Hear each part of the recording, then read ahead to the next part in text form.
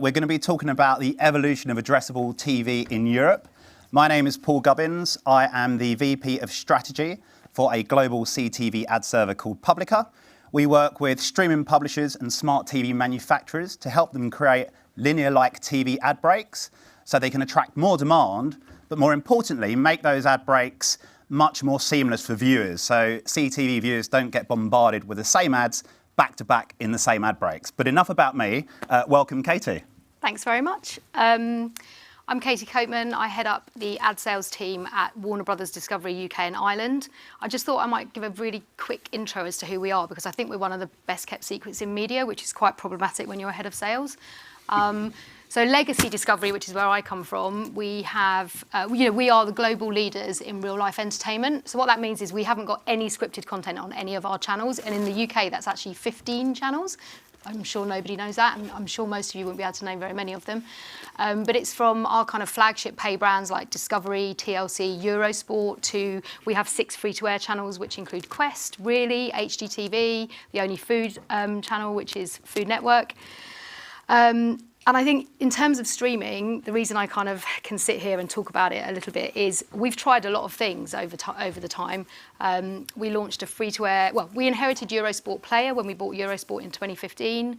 We launched a free-to-air kind of catch-up service in 2018 to support Quest and Quest Red. And as a company globally, we thought, what we're really good at doing is super serving niche audiences of super fans of certain kinds of content. So that was the route that we thought we would try and kind of go down when it came to streaming. So we bought an MCN called Global Cycling Network and really built up all of our cycling content. We launched Motor Trend, which super serves motoring fans globally. We launched Golf TV. We launched Food Network Kitchen in the US, and you could actually cook with world-renowned chefs live. And it was very much focused for the last few years on kind of a view and do. So our audiences are people who have passions, and that's how we're going to try and do this. But that's really, really hard, right? To kind of sustain multiple streaming products, the technology that requires, the marketing that requires, the commissioning that requires is really, really is a massive heavy lift. So then late 2020, we launched Discovery Plus, which is our global streaming service. And we've had really good success, 24 million global subscribers so far. In the US, we launched with an ad-light product, which is less known in the UK. We're actually the first global streamer in the UK to launch an ad-light service. We did that in the middle of March.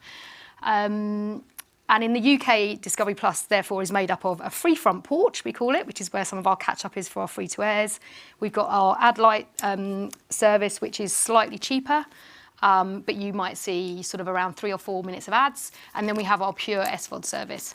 But, even 24 million isn't enough, right? So that's why we've merged with Warner Brothers. So now we have Harry Potter, we have Game of Thrones, we have, The Big Bang Theory, we've got Hacks. So where we want to be is on the same level as Disney and Netflix, because we see those as our content competitors. Amazon and Apple are very different. And then also, what's really important is about being a service that everybody in the household wants to use, and that's why we've just announced the JV with BT for BT Sport. So fundamentally in the UK, we're pretty hopeful that in the next couple of years we'll be the service that you can't afford not to have. And there'll be ads on all of those services. So that's why I'm here. Excellent. So there is a lot going on your side. Yes. Okay. So I think I've been streaming lots of the sessions over the last couple of days from Ad Week, specifically the ones talking about TV and the evolution of addressable TV. And I find it fascinating that everybody seems to have a different interpretation of what CTV is, or even TV content. What's your definition of TV content in 2022? I mean, yeah, we sort of talked about this, didn't we? It really depends on who you're talking to. If you talk to kids, for example, what do you watch on television? I did this in a school recently. They don't know what television is, right? Even though they are viewing their content on a big screen, which a lot of them are, they would never talk about content. Consumers generally do. It is about the delivery method, right? So it doesn't matter if it's a streamer or, if it's a linear TV, they talk about TV. But it's advertisers and the advertising industry that make it a bit more complex, I think. And it depends what your objectives are, right? No, of course. I heard, I think Sean from Metakind IPG agency was on a panel, I think on this stage a couple of days ago, talking about how old YouTube is now and the fact that we're about to see the first generation of agency planners and buyers have only grown up with TV on demand. Yeah. It's a really interesting point. Yeah. So why do you think then that TV viewers are proactively looking for ad-light or ad-supported streaming services at the moment and aggressively dialing down their subscriptions to SVOD services? Yeah, so in Q1, there were 1.5 million less subscriptions in the UK, according to Kantar Entertainment on Demand. And I think that I was discussing this with our head of research. There's a few reasons, aren't there? There's a lot going on, obviously, macro issues around affordability, too much choice. I think there's also a Q1 was maybe a bit weaker from a content perspective. And I think as we get more choice, you definitely will see people like coming in and out of services more often. And it is about trying to serve all audiences regardless of where they are. So of course. And I guess smart TV manufacturers now are making it much easier to discover those streaming services. Yeah. Many of the big manufacturers have become advertising businesses themselves. So it's in their interests to put those AVOD apps front and centre for TV viewers to actually discover when they turn on their devices, above and beyond just those SVOD apps that historically have kind of dominated the home remote controls. So programmatic, title of the session is obviously the evolution of addressable TV, but more importantly, how programmatic is going to feed into that. How do you think programmatic technology is shaping TV advertising today? Yeah, I mean, some people find it quite controversial, don't they? But I think, it really depends on what definition of programmatic you're using. Because I think almost all of the TV ecosystem, even traditional broadcasters, are using programmatic to a certain extent to improve the actual process of buying. It doesn't mean that everyone's going to embrace kind of open RTB. And I think it really depends, as I say, on whether you're a traditional broadcaster who has longer term, upfront deals with clients, and that's where the majority of your money might come from, or a kind of IP-only brand that has slightly less inventory, is open to more specific types of targeting, maybe, more fragmentation. So I think it depends where you sit on that scale, really. It's interesting. But it is fundamental. Yeah. Lots of people, just assume that it's AVOD and fast apps that attract programmatic demand. I think eMarketer put out some stats saying that 7 in 10 CTV ad dollars were transacted off a field in a programmatic way last year. And what's really interesting is it's not just the AVOD and fast apps, but it's increasingly the broadcasters, to your point. In the UK, we've got ITV with the launch of Planet V, Channel 4 in regards to what they're trying to do and making their inventory available to programmatic demand. So I think we're seeing a seismic shift in the way that TV inventory is bought and sold. From an audience data perspective, we talk a lot about trying to help linear TV advertisers transition into addressable TV environments. But what types of data are really available now from big global streaming publishers like yourself?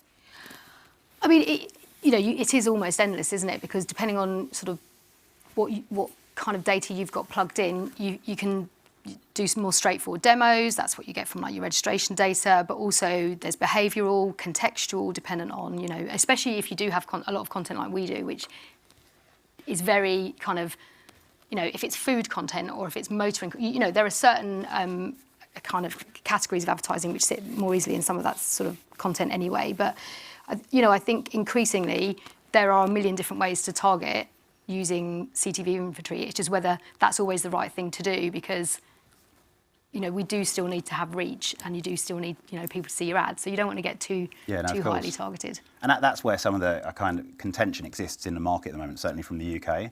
You've got agencies and brands that are TV advertisers, linear TV advertisers, but they're now trying to reach their audiences in streaming environments because millennial viewers are increasingly no longer addressable via linear channels.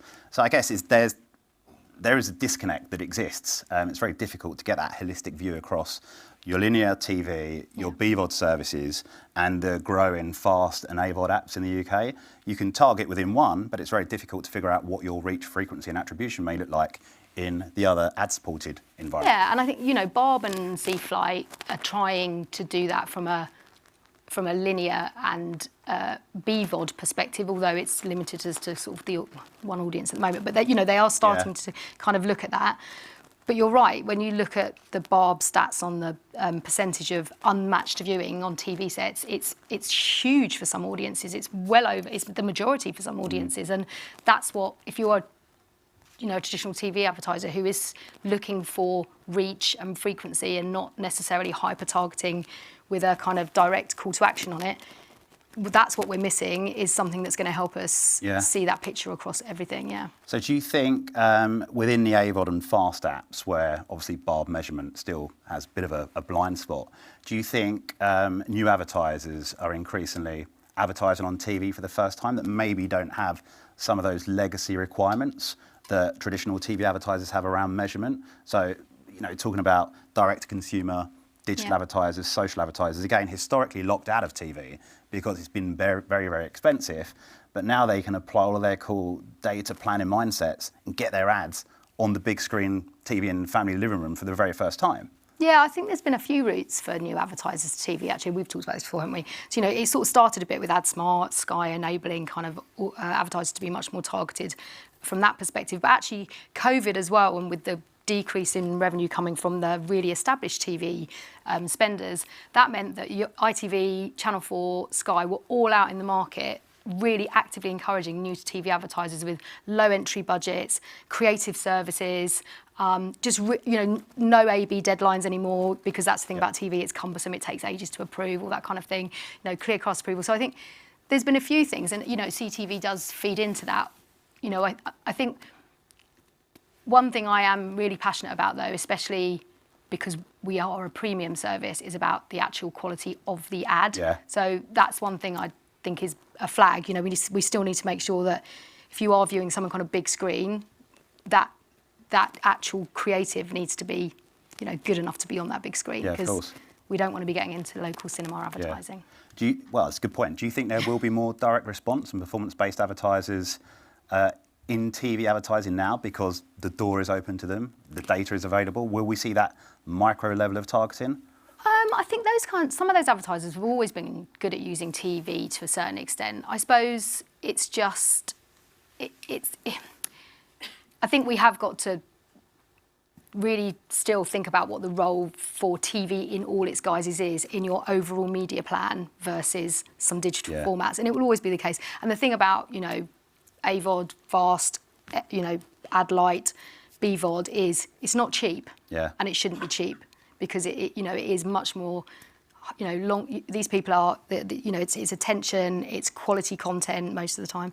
There's a reason for the cost. So of course, but it's still TV advertising, right? And that's a question that I get asked a lot. It's how do you educate agencies? How do you educate brands about CTV? And well, take a step back and let's talk about TV. Yeah, exactly. But the way we target, the way we measure, the way we attribute on addressable TV environments is very different from the way that the buy side has been doing it for the last 50 years in broadcast television. But fundamentally, it's still the same medium. Yeah, and that the human interaction with that medium is still of the same high quality, and in some cases more, right? If you're really you've purposely gone in and selected that, you're not even just sitting there being kind of passively fed whatever happens to be on linear television. You've gone in, you've made a decision, you're bought in. That's a really valuable level of engagement. Yeah. Do you think all TV ads in the future are going to carry QR codes? I love QR codes. I think this is the year of the QR code. No, I mean, I actually don't think all ads should carry QR codes, but they're good in the right place. And actually, other broadcasters already do this. We're going to be launching pause ads, and we think that's a brilliant place to put a QR code, right?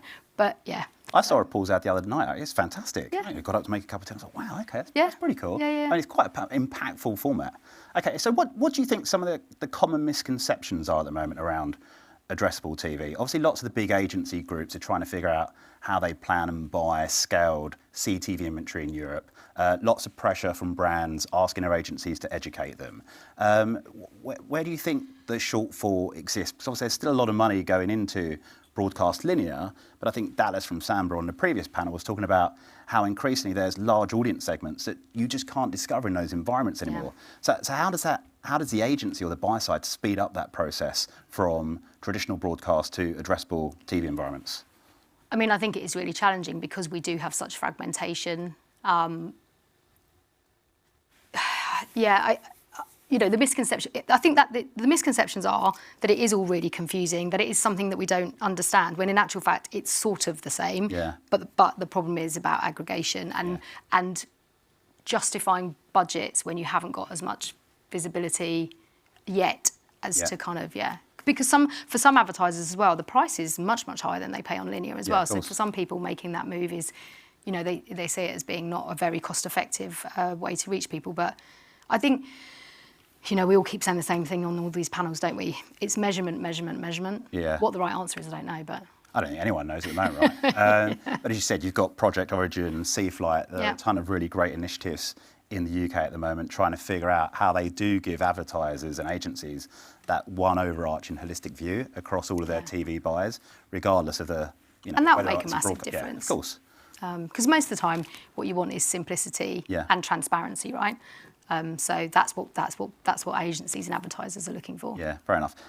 So how do you guys then manage things like frequency in CTV ad breaks? And because whenever I go to an event these days, or I tell somebody that I work in CTV and I explain to my family what I do, they say, "Why is it so bad? I keep seeing the same ads in the same ad breaks back to back. I don't want to see."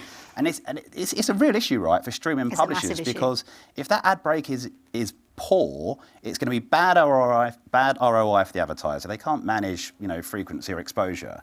I mean, is it something that you? I mean, it's even more. Yeah, it's even more important for us because people are actually paying for our products, right? So if you're paying £4 a month, and then you're being served a shit ad experience, you're not going to like it very much. I think that it's hard because the fact of the matter is, if you are limiting yourself to how you transact, then there are limited campaigns, and they're being bought in a way which, if you aren't thinking about the consumer experience, means you probably are over delivering on frequency. That is why we use programmatic in the way that we use it. We're not we sell our VOD ourselves. We have partners who sell our linear TV, so we're not our VOD isn't part of those traded upfront deals. That has a lot of challenges because a lot of VOD is traded as part of those upfront deals, so money's already spent. But programmatic enables us to source new advertisers. It enables us to bring about diversity of advertiser on the network, and because for us it is that user experience is king. You're absolutely right. We can't drive people off the site. So effectively, some publishers, because they have a lack of demand, that's why you have those issues sometimes around frequency, but opening up and a lack of scale. Yeah, okay. Because you need significant scale to actually deliver a decent sized campaign, and most people haven't got it. Yeah, no, that's fair. And I know it's a question that we haven't rehearsed, but I've heard you speak about it before. So talking about programmatic, is it fair to say you're an advocate of the open exchange? So putting your inventory out there in a controlled way with all the price floors and the advertiser controls, but to increase bid density. Is that something that you think we will move further towards? Well, we use it to a limited extent, and as you say, we have a lot of protections in place. But we do it to surface new demand. To also, it actually does also give us a gauge of the value of our inventory, because we are actually seeing higher prices come through our open RTB campaigns than we are through our direct campaigns. That's amazing. So it as long as you're using it as part of a mixed ecosystem, and as you say, it is about limiting the data you share. It can be used in a way that it's an interesting addition to your demand sources. Obviously, with the right controls in place, so it's complementary to your direct sales efforts. Okay, and to PG and PMP and And so if you use an advertising agency today, obviously representing a big traditional TV advertiser, and they're looking to make their first step into CTV or addressable TV. What would some of your recommendations be to them when it comes to inventory sourcing, targeting, or just general best practices? That's quite a hard question, isn't it? Because I don't think we've established best practices yet, and I suppose that's all part of the issue, isn't it? Is that there isn't yet a handy guide to how to do sort of non-linear TV in the best way possible. I suppose it's something we should work together to sort out over the next sort of 6 to 12 months, I think. Well, it's a difficult one, right? Because somebody asked me that recently as well, and I was thinking, well, there are no precedents, because depending on who you speak to in the agency, it might be a broadcast team that's booking the campaign. It might be a digital team that's booking the CTV campaign. Exactly. It might be their programmatic specialists within the agency trading desk. So there's no one unified answer for that at the moment. No, and for different clients within different agencies is different as well. It makes it really hard as a sales team to actually identify who you need to be talking to. Does that mean your team then have to cover all of the different kind of departments within the agency to ensure that they've got exposure to your streaming inventory and the value in working with you guys. Yeah, but that's the other reason why you then have to lean, when you have a really small team, you have to lean more on your programmatic partners as well. Yeah. Because, you know, it is about trying to get that other additional demand in. But yeah, it is challenging, I think it's fair to say. Okay, no, that's... Well, I think it's, again, it goes back to the measurement piece, right? Dependent on who you're speaking to in the agency, someone's going to either try and apply their digital mindset to your inventory, or they're going to try and apply that Barb broadcaster best buying practices across the addressable CTV supply. Yeah, because it's about increased reach for them. So it all comes down to what are your advertisers' original objectives, basically. Yeah. Okay, perfect. I think we've got a few moments for Q&A that we were going to open up the floor to. There are a few questions here. Is one of the biggest blockers to measurement not that traditional and non-traditional publishers aren't willing to work together to create an industry standard across linear, CTV, in-stream? How do we move past that? That is a great question, and I really do not know the answer to it. Let's move on to something a bit easier. Well, I mean, I think fundamentally, though, where the disconnect is coming from is agreeing what that single unit of measurement is. That's the biggest issue, right? What we consider, I'm still considering myself to be a broadcaster, what we consider the gold standard to be versus what a format might be on a different video service. They're just fundamentally different at the moment, and somehow we need to meet somewhere, but that's proving to be quite challenging. We have another one here. Netflix ads. No, we don't really want to cover that. Everyone's discussed that already. I mean, we can talk about. I think it's really interesting that they're doing it. I mean, obviously, of course, they're doing it because all the best people are doing it. If they do it, they need to have linear-like TV ad breaks. They can't be serving the same ads back to back around that content because that would just drive their viewers absolutely nuts. Programmatic open exchange. We've covered that. Are there any questions from the audience while we have just under 2 minutes? Happy to open up to any incoming questions. Yes? Thank you.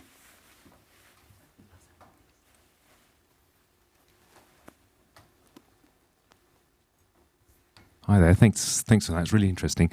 So with the if you're doing an ad light model, people get used to using YouTube and skipping ads to their TrueView measurement. Would you have to follow something along those lines if you're expecting someone to pay a subscription and then have an ad? Do you want to give them the option, or do they have to sit through the full? No, because obviously the option is that they're getting a cheaper subscription, so that's the kind of trade-off, really. So yeah, you can't skip the ads. Do they understand that though? It's interesting actually, because we've actually turned an existing subscription tier into our ad light tier, because otherwise you'd never get scale quickly enough. So people were given an option. They could go up. If they don't want ads, they go up into our sports and ents pack, or they can stay on what's the entertainment tier.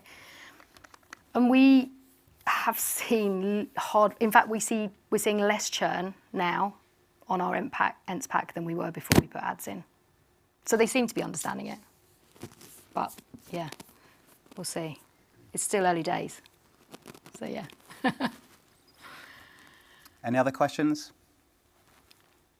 I think that concludes our conversation today. So general takeaways are that publishers can adopt programmatic to expose their inventory to incremental advertiser interest, but obviously in a very controlled way.